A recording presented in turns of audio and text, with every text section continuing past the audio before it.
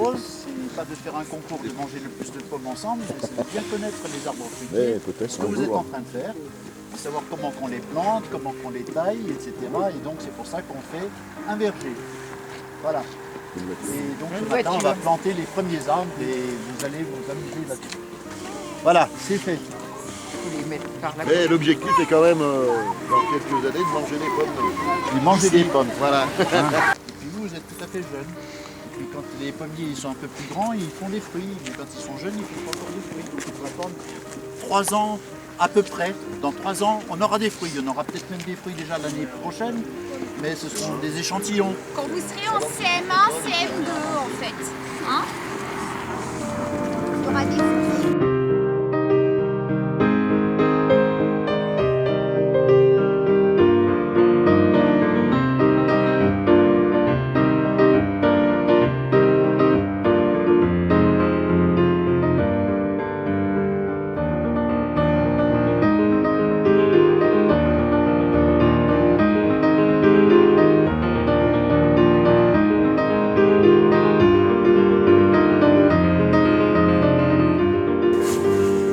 Aujourd'hui, on va faire quoi? Planter les arbres. On lève le toit. Mademoiselle? Super, Avec des fruits. exactement, parfait. Monsieur Chien. Voilà. Alors quand on plante les arbres, la bonne période c'est maintenant, c'est en hiver en fait. Parce qu'en hiver sur les arbres, il n'y a pas de... Qu'est-ce qui manque sur les arbres en hiver? Des bourgeons. Les bourgeons ils y sont. Par contre, Les feuilles. voilà, il n'y a pas de feuilles. Alors on plante les arbres en hiver parce que l'arbre il est quelque part en repos. Hein. Voilà. Et alors là, aujourd'hui on a dit qu'on plante les arbres à racines nues. Hein. Vous connaissez? Donc, la ça vous racine faisait rire. nue, c'est... voilà. Oui, on a bien fait. Alors quand les arbres ils ont été produits dans une pépinière, hein, c'est-à-dire une pépinière, ça vient du mot pépin. Hein, donc on a semé des pépins et puis on a fait des arbres et on a greffé des variétés dessus. Donc on a arraché ces arbres. Mais quand on les a arrachés, on a fait des dégâts. Là, vous voyez que c'est blessé. Hein. Alors si on plante l'arbre avec les blessures, là, il ne va pas bien pousser. Alors ce qu'il faut faire, c'est soigner ces blessures-là pour pas que... C'est comme quand on met du mercurochrome en fait. Hein. Ah oui, bien sûr, pour qu'on puisse les Voilà. remplacer, ouais. Alors on va pas faire un pansement, on va faire même quelque chose de plus brutal. C'est un peu comme le chirurgien quand on va couper. Hein. Voilà. Alors il faut enlever toutes les blessures qui existent pour pas que ça pourrisse. Et voilà, on va couper ça. Hein. On va un peu raccourcir partout. Voilà, et on appelle ça bizarrement. Comment, alors je parle pas du truc. cutter. Le nom de l'outil? C'est un Sécateur. Voilà. Pour tout ce qui est blessé, il faut le supprimer. Parce que, contrairement à ce qu'on peut penser, quand les racines sont mises à l'air comme ça, elles meurent très vite. Elles ne meurent pas réellement, mais elles ne servent plus. Parce que toutes ces toutes petites racines là qu'on voit, c'est celles-là qui alimentent l'arbre. C'est celles-là qui sont comme la bouche pour alimenter l'arbre.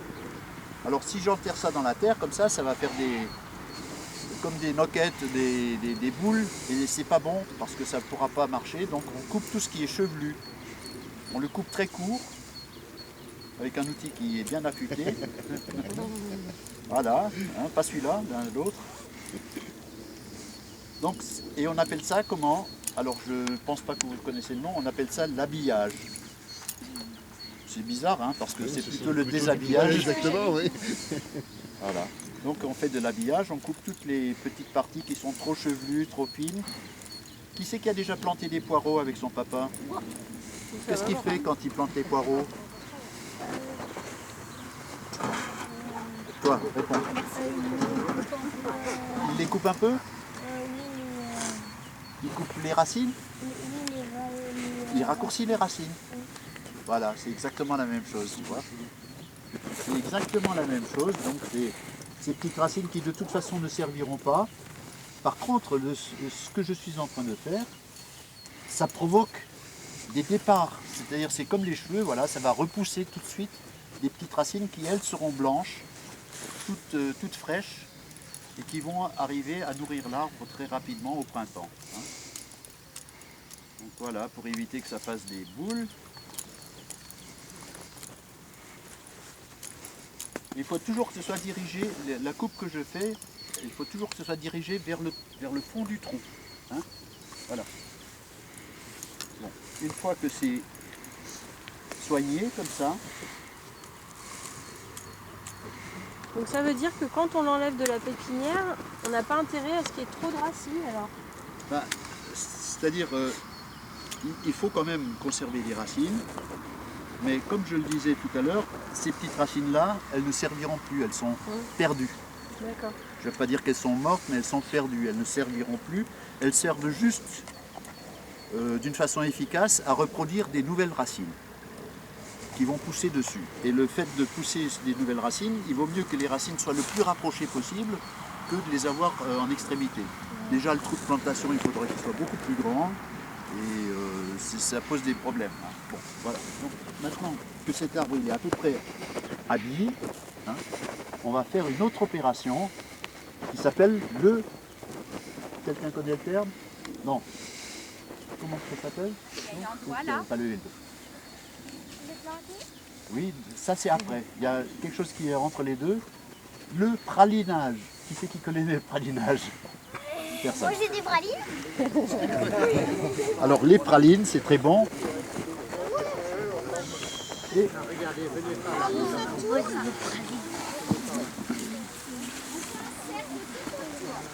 voilà. On s'éloigne. Regarde Alice. Éloignez-vous un peu, reculez d'un Regarde pas. Elga. Là, tu peux pas voir là. Adèle, tu recules. Léo, tu recules un peu. Elga, viens par ici, sinon tu vas pas voir. Viens là.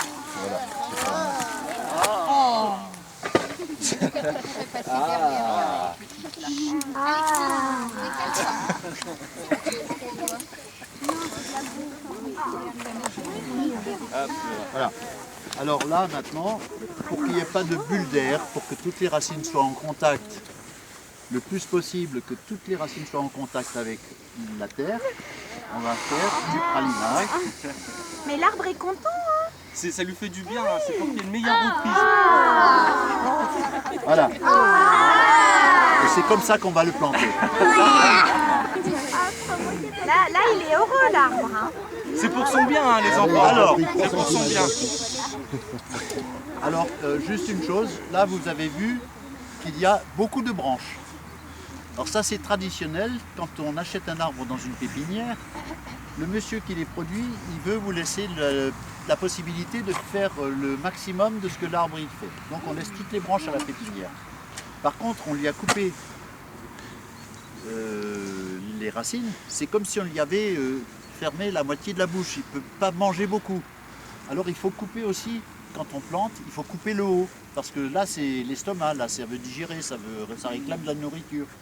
Comme il peut moins manger de nourriture, il faut réduire en haut, donc on va de toute façon couper la moitié des branches systématiquement et on va supprimer pratiquement une branche sur trois, 2 branches sur 3. Mais ça lui fait du bien. C'est pour qu'il ça le puisse fait pas repartir souffrir. plus C'est pour le facilement. renforcer. Voilà. C'est pour qu'il... Voilà. Mais on coupera ça après, parce que là, maintenant, quand on a enlevé cet arbre de la pépinière, il avait une orientation, il regardait vers le soleil. Et donc, quand il regarde vers le soleil, ben, il pousse plus de branches d'un côté que de l'autre. Alors, si possible, on va essayer de retrouver la même position ici. Et le soleil, il est par là-bas. Hein. Le sud, il est là-bas. Ah, le sud. Il tourne. Hein. Donc, le soleil, il se lève là-bas, à l'est. Ouais. Il se lève et puis il va à l'ouest, là-bas. Et Il n'est il va jamais à la gêner. même place dans la journée de soleil.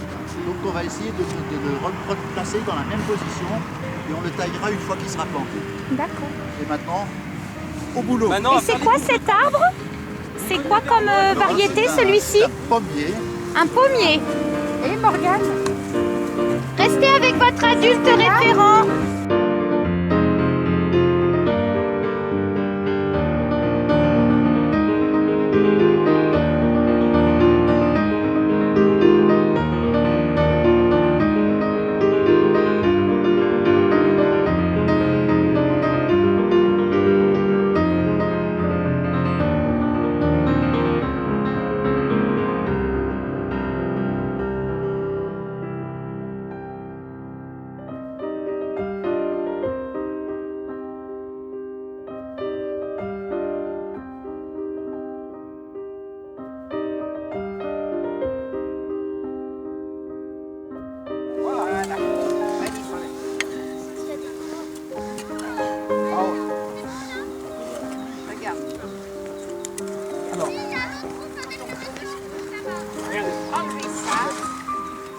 regarde. On va vous donner un coup de main. Ce qu'il faut faire quand on creuse, regardez. Regarde, ce qu'il faut faire, il ne faut pas te mettre face. Tu te mets sur le côté, ta main gauche, ta main droite en bas, et donc en haut. Regarde, tu fais partie de la campagne. Voilà. De quel côté? T'es droitier ou gaucher? Alors, c'est la main gauche qu'on va en bas. Voilà, regarde. Voilà. Un peu de côté. Voilà. Tu vois, et normalement, tu as plus de force. Elle est lourde. Elle est Bah non.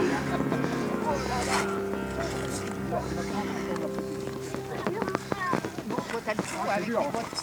Je vois que tu es de la campagne. Hein. Il y en a qui n'avaient pas pris des bottes. Ah, ça a été. Moi, j'en ai pas. Voilà. Elles sont trop petites. Ah ben voilà. Pareil. Choisis ta branche. Regarde le bourgeon. Et tu choisis un bourgeon qui parte vers l'extérieur. Tu vois, celui-là, il va partir vers l'intérieur. Celui-ci va partir vers l'extérieur. Hop là. À toi, Morgane. Choisis bien. Bon, t'as écouté. Ouais. Ah, au-dessus du bourgeon, hein. Voilà, Allez, à toi, la allez. petite. Un bourgeon qui va vers l'extérieur. Tiens, celui-ci. Oh, c'est bien mouillé à l'intérieur là, Voilà. dans la grotte. Allez, vas-y.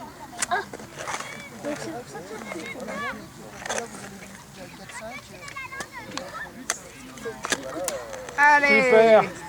Donc on fait comme ça, on le remonte, on se recule un petit peu.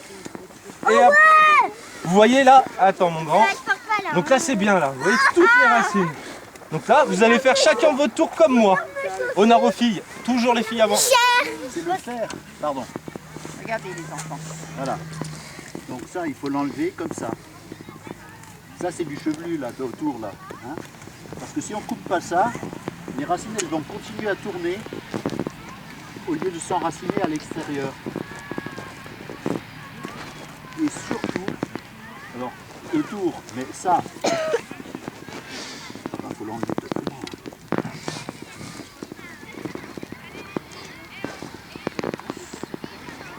Ah, mais c'est plein d'eau. Dessous le terrain. Quand on a fait les tranchées, là, celle-ci, là, on avait l'eau était à 30 cm. On a planté, c'était inondé. Bonjour, je suis Rachel Quedel, enseignante en CE1 à l'école Victor Hugo de Saint-Genis-les-Olières. Je suis vraiment ravie que ma classe de CE1 et celle de ma collègue aient été choisies par la municipalité pour participer à ce projet. Les jardiniers de la commune sont venus nous rencontrer la semaine dernière en classe pour expliquer aux enfants le projet, les différentes espèces d'arbres, les racines nues, les arbres en container. Et puis aujourd'hui c'est le grand jour, on a beau temps et les enfants sont vraiment ravis. C'est vraiment une très très belle expérience et l'année prochaine, les années qui suivront, ils pourront venir regarder et se promener dans ce magnifique. Voilà, une belle cuvette. Vous avez une selle, bon, on leur fera la cuvette. Ah, oh, je suis capable, de quoi? Ceux du groupe, vous l'avez tous touché? Oh, c'est de la terre. C'est tout bon? Allez, on va le planter. Ah, t'as pas fait comme mon grand, vas-y. Tu le secoues. Tu l'as fait, tu le bois. Je le bois? Oh là là Tu là veux là là. l'empoisonner? Oh là là. C'est tout bon? Allez, je le prends comme ça, vous en mettez pas de partout. Je suis parent d'élèves de CE1. Ma fille s'appelle Alexane. Donc on est là aujourd'hui pour planter les arbres fruitiers. Et je suis vraiment ravie de ce projet parce que mais ça a la même forme. je trouve que c'est un projet très intéressant parce que ça met les enfants en communication avec la nature, en communion avec la nature. Et même en tant qu'adulte, même en tant que parent, j'ai appris des choses ce matin dans la préparation des arbres pour les planter. J'aimerais bien que ce projet soit développé dans toutes les écoles et même dans toutes les classes. Parce que les projets où les enfants sont proches de la nature, je trouve que c'est bon pour eux, c'est bon pour la nature, puis c'est bon même pour la société de manière générale. Je trouve que c'est bien de se rapprocher un peu plus de la nature. Les projets de potager ou de plantation d'arbres fruitiers. C'est vraiment quelque chose que je trouve très positif. Et puis peut-être que les enfants peuvent aussi ramener des idées à la maison pour que les parents puissent eux-mêmes mettre en place des choses naturelles. On avait raccourci les racines, hein, c'est-à-dire qu'on lui a un peu fermé la bouche, on a enlevé des dents, donc il ne peut pas bien manger. Comment il va faire? Ben, disons qu'on va un peu supprimer des produits qui veulent manger, justement. Donc on va couper des branches en haut. Hein, on a enlevé quelques dents, donc on va un peu réduire l'estomac pour qu'il ait moins faim. Hein, voilà. Alors ce qui pousse sur le tronc, déjà, on enlève totalement. Hein, ça pousse sur... Comment?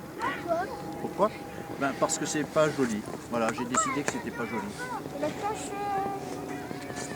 Et en fait, il faut que quand l'arbre il est planté, qu'il ressemble à un réseau qui est joli à voir. Donc il faut un tronc, il faut quelques charpentières, pas trop de charpentières. Après il faut des sous-charpentières, des branches qui partent un peu comme ça. Et pour l'instant, il ressemble plutôt à un manche à balai avec plein de poils qu'à un arbre. Ça, c'était des départs. C'était des départs de branches quand il était tout jeune. Et en fait, on a préféré sélectionner pour qu'il y ait un tronc et que voilà, les branches soient là. Donc ça a été coupé, c'est pour ça. En fait, c'est la cicatrisation, si tu veux, des anciennes branches. Allez voir, des bras, C'est ça. il y en a combien des bras? On va faire du chouinage. Dis-moi, je veux couper les bras. Qu'est-ce qu'il mange là? Bah, de la terre. On peut aller voir la terre. Ah ouais? Il est là, la terre. Des vitamines qui est dans la terre. Il est en meilleure santé. Ah bah, ils vont tous pouvoir le garder groupe. Voilà. Alors quand les branches poussent vers l'intérieur, ont tendance à se croiser, etc. Quand elles sont trop frêles, On les enlève. on les enlève. Mais le but, c'est pas que l'arbre soit en meilleure santé. Tu vois, là, il y a deux branches qui vont être croisées. tu vois. Elles vont être en concurrence, donc il va falloir en enlever une. On va enlever. En fait, C'est quoi, là?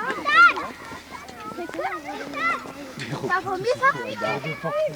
Ah bah là, ils sont bien. Plus il y a de branches et plus l'arbre il va avoir faim. Voilà. Donc on enlève des branches Bah, c'est comme pour qu'il ait moins faim. Vu qu'il peut moins manger, et ben comme ça il aura moins faim. En enlevant les branches, il a moins faim. Donc Mais oui, parce que la terre, elle n'a pas assez de vitamines pour tous les arbres. si. Mais là, il n'a pas encore assez de racines. Pour ça toutes les c'est un branches. pommier. Est-ce qu'ils ont le droit d'aller vers la C'est Monsieur Cusset qui a trouvé ce genre de pomme à Polymieux et qui l'a reproduit parce qu'il a trouvé que c'était intéressant. Donc c'était une pomme un peu sauvage, quoi, au début. Au revoir et merci beaucoup. Au revoir. Allez, on y va.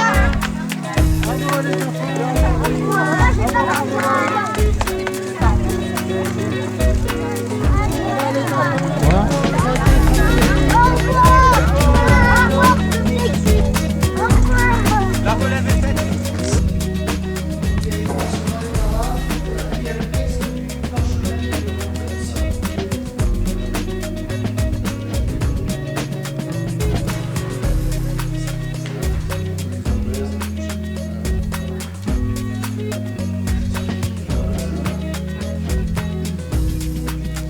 C'est parfait. Bienvenue un exemplaire. Je vous remercie puisque c'est sur le parchemin. C'est magnifique. Vous avez trouvé ça en